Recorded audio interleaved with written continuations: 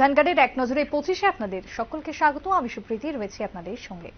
পর্যটন শিল্পকে আরো আকর্ষণীয় করে তোলার জন্য পর্যটন মন্ত্রী এবং রাজ্য সরকারের বিশেষ লক্ষ্য রয়েছে। ঠিক তেমনি পর্যটন শিল্পের মাধ্যমে মানুষের জীবনযাত্রার মান কিভাবে উন্নত করা যায় সেই লক্ষ্য রয়েছে রাজ্য সরকারের। তাছাড়া পর্যটন শিল্পের বিকাশের মধ্য দিয়ে রাজ্যের বেকার যুবক যুবতীদের কর্মসংস্থান প্রদানের মাধ্যমে তাদের স্বাবলম্বী করে তোলাও সরকারের অন্যতম লক্ষ্য। বক্তা পর্যটন মন্ত্রী সুশান্ত চৌধুরী।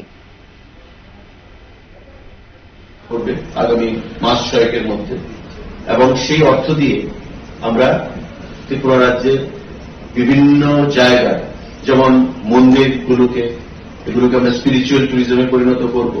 আমরা tea tourism, eco tourism, adventure tourism, আমাদের ওয়াটার ট্যুরিজম, প্রতিটা ক্ষেত্রে ট্যুরিজমের বিভিন্ন যে সংজ্ঞা, বিভিন্ন যে ডেফিনেশন সেগুলোকে একত্রিত করে আমরা প্রতিটা ক্ষেত্রে এই আবারও আমবাসা থানার বিশাল সাফল্য। চুরি যাওয়া 12টি মোবাইল ফোন উদ্ধার করে মোবাইল মালিকের হাতে তুলে দিল আমবাসা থানার পুলিশ। ওসি বিশ্বজিৎ দেববর্মা জানালেন, চুরি যাওয়া মোবাইলগুলির জিডি এন্ট্রি রেজিস্ট্রি করার পর তদন্ত চালায় পুলিশ। বিভিন্ন জায়গা থেকে মোবাইলগুলি অবশেষে উদ্ধার করল আমবাসা থানার পুলিশ। উপযুক্ত প্রমাণ সহ মোবাইলগুলি মালিকদের হাতেই তুলে দেওয়া হল অবশেষে।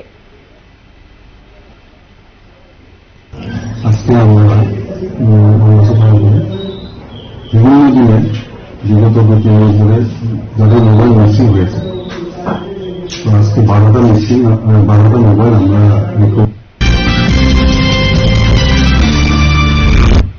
মেয়র দীপক মজুমদারের চেম্বারে কুমিল্লা থেকে আগত সাংবাদিক এবং সম্পাদকের একটি প্রতিনিধি দল সৌজন্য সাক্ষাৎ করলেন। বাংলাদেশের সঙ্গে সুসম্পর্কের কথা মাথায় রেখে কথা প্রসঙ্গে মেয়র জানান, আগরতলা শহরে বঙ্গবন্ধু শেখ মুজিবুর রহমানের একটি মর্মর মূর্তি বসানো হবে।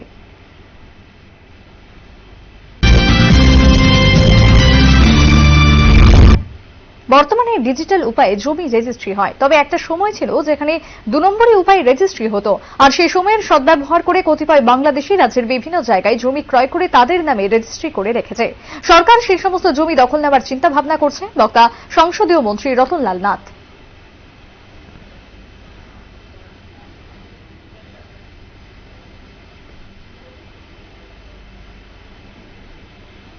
সম্প্রতি ত্রিপুরা শিল্প নিগমের চেয়ারম্যান পদে নিযুক্তি পেয়েছেন বিজেপি যুব মোর্চার সভাপতি নবাদল বণিক। চেয়ারম্যান পদে নিযুক্তির পর বর্তমানে সংবর্ধনায় ভাসছেন তিনি। মঙ্গলবার নবাদল বণিককে সংবর্ধনা জ্ঞাপন করল এডিনগর industrial estate bonds owners association এবং ওয়ার্কার্স অ্যাসোসিয়েশনের বিভিন্ন প্রতিনিধিদের লিখিত আকারে প্রদান করা দাবি পূরণের আশ্বাস দিলেন টিআইডিসির নবনিযুক্ত চেয়ারম্যান।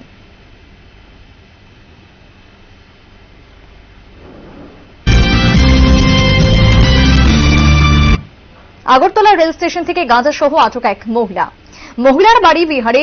এসি মেশিনের ভেতরে গাঁজাগুলি বিহারের উদ্দেশ্যে নিয়ে যাচ্ছিল মহিলা, তবে শেষ পর্যন্ত তা আর হল না। ধরা পড়ে গেলেন ওই মহিলা সহ আরো 4 জনকে আটক করল জিআরপি থানার পুলিশ।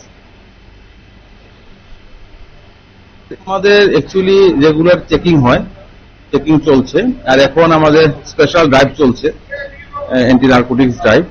তারই অঙ্গ হিসাবে আমরা আজকে চেকিং করি। সেখানে আমরা এখন পর্যন্ত 5 জনকে আমরা অ্যারেস্ট করেছি। তার মধ্যে একজন মহিলা ছিলেন, ওনার কাছে একটা এসি মেশিন ছিল, সেটার ভেতর আমরা সার্চ করে গাঁজা পেয়েছি। তো সেরকম বড়সড় দুর্ঘটনার হাত থেকে রক্ষা পেল নদিয়া জেলা হাসপাতালের সুপারিনটেন্ডেন্টের অফিসে আগুন লেগে বিপত্তি। যদিও দমকল বাহিনীর তৎপরতায় কোনো ক্ষয়ক্ষতি হয়নি।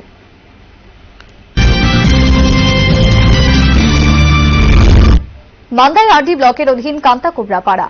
এই পাড়ায় জনসাধারণের সুবিধার্থে একটি বক্স কালভার্ট নির্মাণ করা হচ্ছে।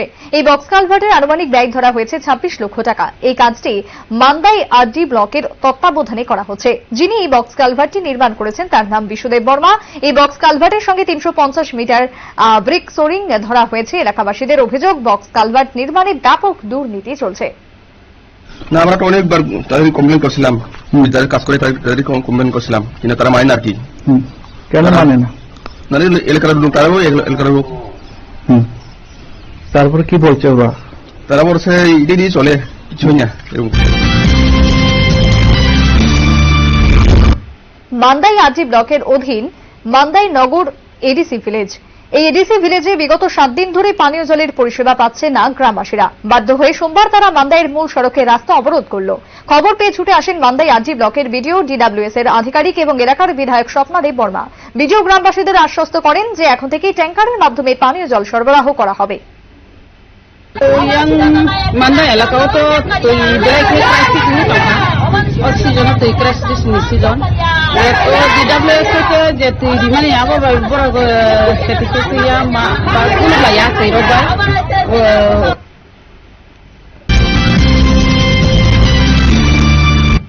দশই মে কর্ণাটকে বিধানসভা নির্বাচন।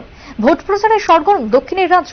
গত কয়েক মাসে সেখানে জাতপাতের রাজনীতি চরমে উঠেছে। কয়েকদিন আগে ওবিসি মুসলিমদের 4% সংরক্ষণ বাতিল করেছিল বিজেপি সরকার। মঙ্গলবার সেই সিদ্ধান্ত কার্যকরের উপর স্থগিতাদেশ জারি করল সুপ্রিম কোর্ট। 2 বিচারপতির বেঞ্চের নির্দেশ, আগামী 9 মে পর্যন্ত ওবিসি মুসলিমদের জন্য সংরক্ষণ বাতিলের সিদ্ধান্ত কার্যকর করা যাবে না। ভোটের আগেভাগে শীর্ষ আদালতের নির্দেশে চরম অস্বস্তিতে রাজ্যের শাসক দল।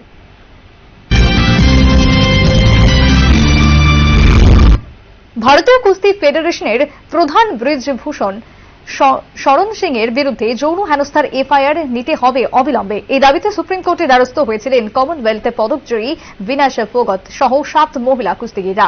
মঙ্গলবার সেই ইস্যুতে দিল্লি পুলিশকে দ্রুত এফআইআর নেওয়ার নির্দেশ দিল শীর্ষ আদালত।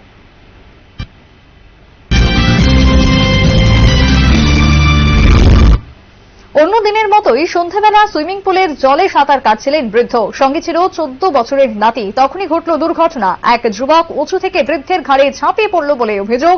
এই আঘাত সহ্য করতে পারেনি তিনি।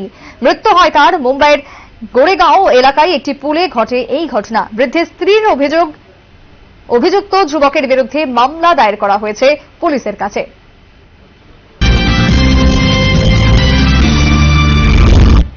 গেম খেলার সময় আচমকা মোবাইলে বিস্ফোরণ, মৃত্যু হল 8 বছরের শিশুকন্যার। মর্মান্তিক এই দুর্ঘটনা ঘটল কেরলে। পুলিশ দেহ উদ্ধার করে ময়না তদন্তে পাঠালো। এহেন ঘটনায় পরিবারের শোকের ছায়া।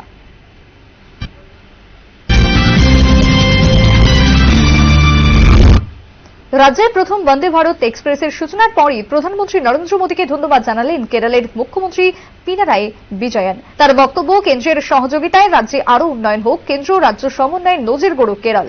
কেরলের বামপন্থী মুখ্যমন্ত্রী পিনারাই বুঝিয়ে দিলেন, উন্নয়নের ক্ষেত্রে রাজ্য এবং কেন্দ্রের রাজনৈতিক মতাদর্শ অন্তরায় হতে পারে না।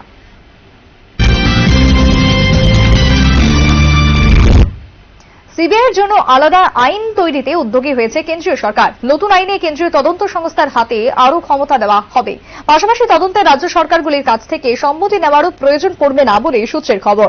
বর্তমানে CBI Delhi special police establishment আইনের আওতায় কাজ করে। এতে সিবিআইকে কোনো রাজ্যে তদন্ত শুরু করার আগে সংশ্লিষ্ট রাজ্য সরকারের কাছে সম্মতি নিতে হয়। জানা গেল, সিবিআই এর জন্য আলাদা যে আইন তৈরির চিন্তাভাবনা রয়েছে তাতে এটিকে জাতীয় স্তরের আইন বলা যায়।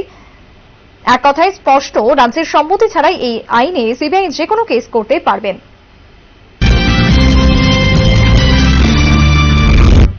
বাংলার মুখ্যমন্ত্রী মমতা বন্দ্যোপাধ্যায়ের স্বপ্নের প্রকল্প লক্ষ্মীর ভান্ডার ও যুবশ্রী অনুকরণে কর্ণাটকে গৃহলক্ষ্মী ও যুবনিধি চালু করার প্রতিশ্রুতি দিল কংগ্রেস। দলের সর্বভারতীয় সভাপতি রাহুল গান্ধী জানালেন, কংগ্রেস ক্ষমতায় এলে মন্ত্রিসভায় প্রথম বৈঠকে মহিলাদের প্রতি মাসে 2000 ও বেকার স্নাতক যুবকদের প্রতি মাসে 3000 এবং ডিপ্লোমা প্রাপ্তদের 1500 টাকা করে অনুদান দেওয়ার সিদ্ধান্ত নেওয়া হবে। সেই সঙ্গে 200 ইউনিট পর্যন্ত বিদ্যুৎ ছাড় দেওয়া হবে বলে ঘোষণা করলেন তিনি। অন্যদিকে কংগ্রেস এবং জেডিএসকে আক্রমণের নিশানা করলেন কেন্দ্রীয় স্বরাষ্ট্রমন্ত্রী অমিত শাহ।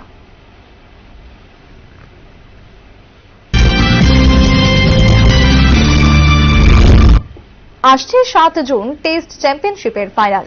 ইংল্যান্ডের ওভালে অস্ট্রেলিয়ার মুখোমুখি হবে ভারত। এরই লক্ষ্যে 15 জনের দল ঘোষণা করল ভারতীয় ক্রিকেট বোর্ড। বিশ্ব টেস্ট চ্যাম্পিয়নশিপে ভারতীয় দলে রয়েছে অধিনায়ক রোহিত শর্মা, শুভমন গিল, লোকেশ রাহুল, চেতেশ্বর পূজারা, বিরাট কোহলি, অজিঙ্কা রাহানে, রবিচন্দ্রন অশ্বিন, রবীন্দ্র জাদেজা, অক্ষর পাটেল থেকে শুরু করে অন্যান্যরা। আইপিএল এর পরে দল উড়ে যাবে ইংল্যান্ডের উদ্দেশ্যে। তবে দলে সূর্যকুমার যাদব ছাড়াও কুলদীপ যাদব এবং ঈশান কিষান স্থান পাননি। চোট থাকায় বাদ পড়েছে শ্রেয়স আইয়ারও। অন্যদিকে দীর্ঘদিন পরে দলে ফিরলেন রাহানে।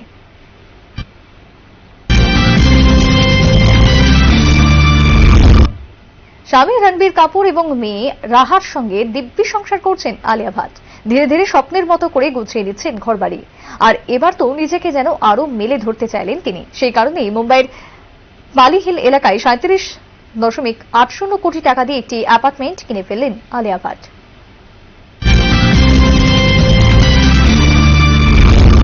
ফের গভীর রাতে কমলপুর থানা থেকে ঢিলছোড়া দূরত্বের ভিতরে বাজারে 3টি দোকানে চুরির ঘটনা ঘটল। এই চুরির ঘটনায় বাজারের ব্যবসায়ীদের মধ্যে আতঙ্ক ছড়িয়ে পড়েছে। পুলিশ শীত ঘুমে মগ্ন থাকার কারণেই একের পর এক চুরির ঘটনা ঘটছে বলেই অভিযোগ স্থানীয়দের। গোপাল মিষ্টান্ন ভান্ডার সহ বাজারের একটি মুদি দোকান ও ওষুধের দোকানে হাত সাফাই করল চোরেরা। মাথায় হাত ব্যবসায়ীদের। তদন্তে পুলিশ। অ্যাকচুয়ালি এখনো চোরটা অতিরিক্ত হয়ে গেছে। ওখানে 2-3টা দোকান আমরা দেখছি, দেখা গেছে কিছু কিছু দোকানে যেমন ফ্ল্যাগটা নিচ্ছে, যেটা খাই যেটা ফ্ল্যাগ, আর হোমিওপ্যাথির দোকানে দেখছি ক্যাশটা গেছে। ত্রিপুরা ক্রিকেট অ্যাসোসিয়েশন আয়োজিত সমীরজন চক্রবর্তী টি20 ক্রিকেট টুর্নামেন্টে ফাইনাল ম্যাচ অনুষ্ঠিত হল। এমবিবি মাঠে ফাইনাল ম্যাচে মুখোমুখি হয় ইউনাইটেড ফ্রেন্ডস বনাম স্ফুলিঙ্গ ক্লাব। খেলার শুরুতে প্রথমে ব্যাট করে স্ফুলিঙ্গ ক্লাব। নির্ধারিত 20 ওভারে 7 উইকেট হারিয়ে 130 রান সংগ্রহ করে দল। পাল্টা জবাবে ব্যাট করতে নেমে 19 ওভারে 1 বল খরচ করে 4 উইকেট হারিয়ে জয়ের জন্য প্রয়োজনীয় রান সংগ্রহ করে নেয় ইউনাইটেড ফ্রেন্ডস দল। ম্যাচের সেরা ক্রিকেটার হলেন ফ্রেন্ডসের দীপক খত্রি। 6 উইকেটে জয়ী হলেন ইউনাইটেড ফ্রেন্ডস।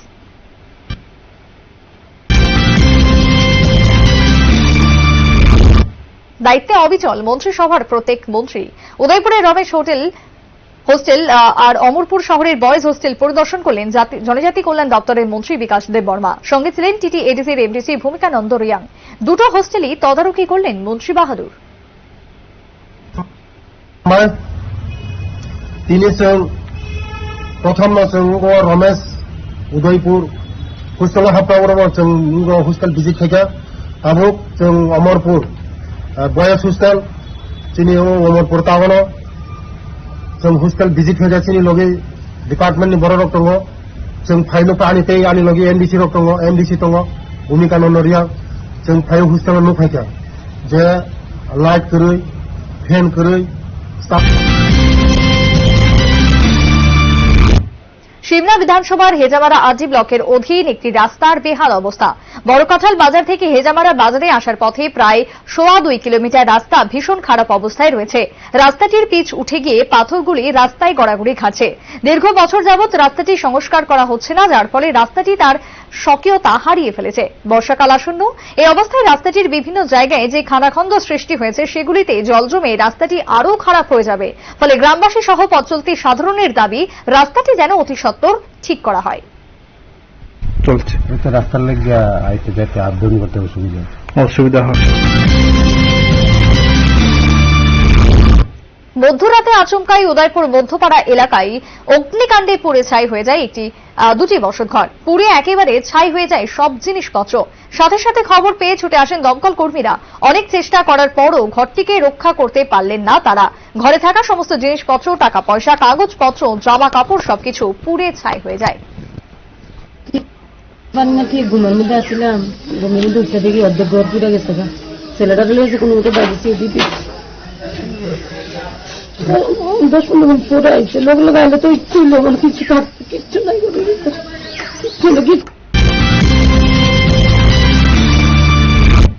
রাজ্যে জয়েন্ট এন্ট্রান্স পরীক্ষা সম্পন্ন। সারা রাজ্যব্যাপী 15টি সেন্টারে 5,636 জন পরীক্ষার্থী এই পরীক্ষায় অংশগ্রহণ করলেন। রাজধানী আগরতলায় মোট 9টি সেন্টারে হল পরীক্ষা। এর মধ্যে মহারানী তুলসীবতী বালিকা বিদ্যালয়ে কেবলমাত্র মেয়েদের পরীক্ষার ব্যবস্থা করা হয়েছে। এর মধ্যে মহারানী তুলসীবতী বালিকা বিদ্যালয়ে গ্রুপ বি তথা ফিজিক্স, কেমিস্ট্রি, বায়োলজির জয়েন্ট এন্ট্রান্স পরীক্ষা অনুষ্ঠিত হল।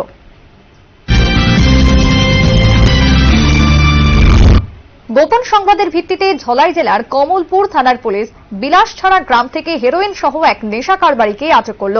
ধৃত কারবারির নাম রাহুল গৌড়, বয়স 27 বছর, পিতা কান্তলাল গৌড়। কমলপুর থানার পুলিশ সাংবাদিকদের মুখোমুখি হয়ে জানান, উদ্ধার হওয়া হেরোইনের পরিমাণ 7.62 গ্রাম, যার বাজার মূল্য আনুমানিক 50,000 টাকা। আটককৃত হেরোইন কারবারির বিরুদ্ধে নেশা বিরোধী আইনে মামলা রুজু করা হয়েছে, যার কেস নম্বর কমলপুর PS 45/2024। এর সাথে আরো কে জড়িয়ে রয়েছে তার তদন্ত চালাচ্ছে পুলিশ। আজকে আমাদের কাছে একটা গোপন সংবাদের ভিত্তিতে একটা খবর আসে যে হিউজ পরিমাণ কন্ট্রাব্যান্ড আইটেমস, যেটা হেরোইন, বিলাসছড়া রাহুল গৌড় নামে একজন লোকের বাড়িতে। এখনকার মতো এক নজরে 25 পর্যন্তই। পরবর্তী নিউজ এবং আপডেটস দেখার জন্য চোখ রাখুন শুধুমাত্র নিউজ ভ্যানগার্ডের পর্দায়। নমস্কার।